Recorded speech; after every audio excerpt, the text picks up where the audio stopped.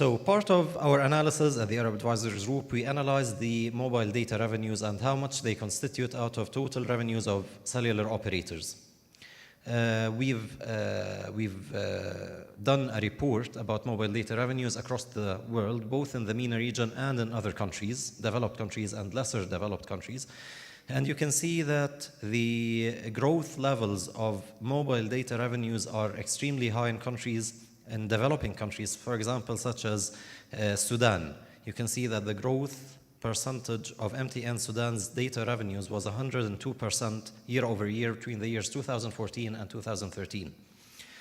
Zain Sudan also witnessed high levels of growth, 61%. MTN Syria, of course, also witnessed 59%. Having a look at the other side of the spectrum where there are developed countries such as Spain, South Africa, you can see that the growth figures were negative, but this is actually coupled with a very high percentage of data revenues, or mobile data revenues in developed countries actually constitute a large portion of the mobile revenues in general. Now, one of the facilitators, one of the key points to enable IoT in any country is basically the governmental intervention.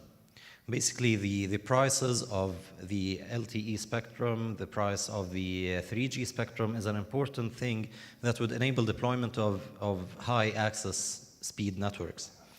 Having a look at the LTE annual spectrum price, now this is of course annualized and divided by the bandwidth and the population covered by the license. So basically we took the price of the license, divided it by the number of the years that it's valid for, and we divided it by the bandwidth and the population covered in the country under study, especially in the cases of countries where the license is actually geographical, if it covers certain cities.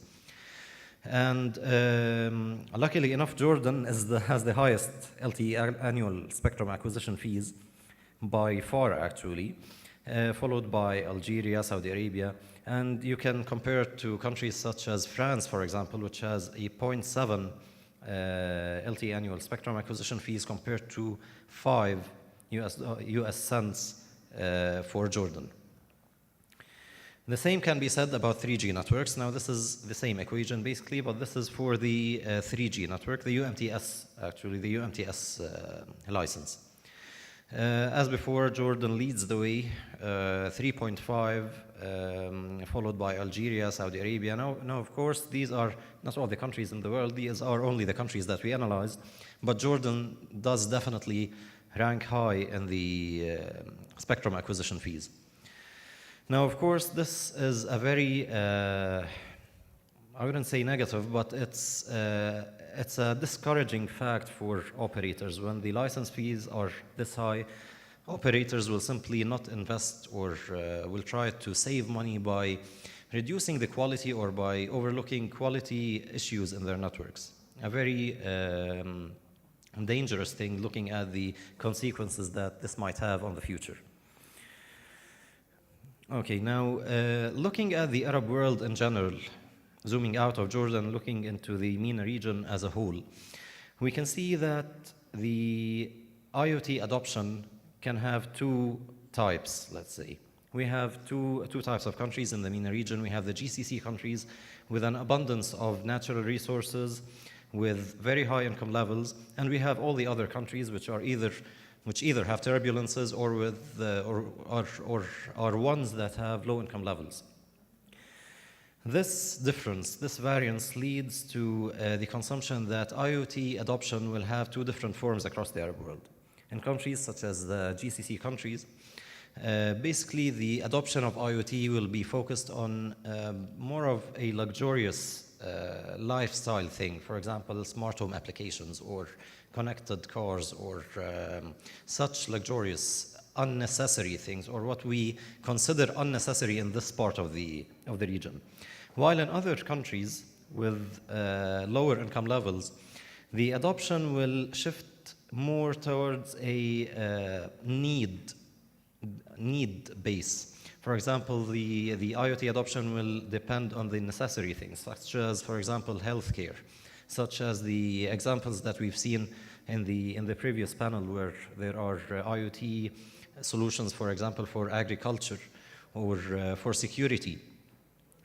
And in fact, the turbulences that are taking place also provide, although they are very unfortunate, but they actually pose some kind of an opportunity for telecom operators. We are now witnessing turbulences in Syria, Iraq, Yemen, Egypt to an extent, Libya, of course. Now, these turbulences pose additional threats to both the countries in questions and to their neighboring countries. As an example, in Jordan, we had an issue of that gas pipe connecting us to Egypt, which was kept being blown up by terrorists all the time.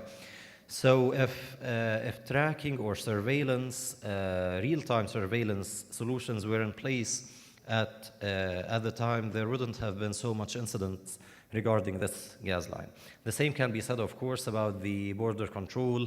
Now, with the influx of Syrian refugees, for example, in Jordan, we need tracking systems, we need advanced security systems that can be based on IoT for real-time provision of data and for higher reliability and availability.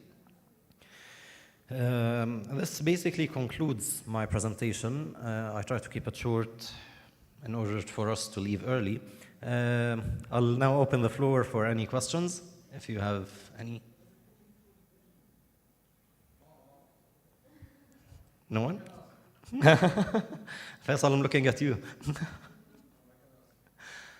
Okay, if there are no questions, that concludes our first day of the Convergence Summit. I would like to thank you all for your attendance and for staying with us for till now. And we'll see you tomorrow with more interesting panels and presentations.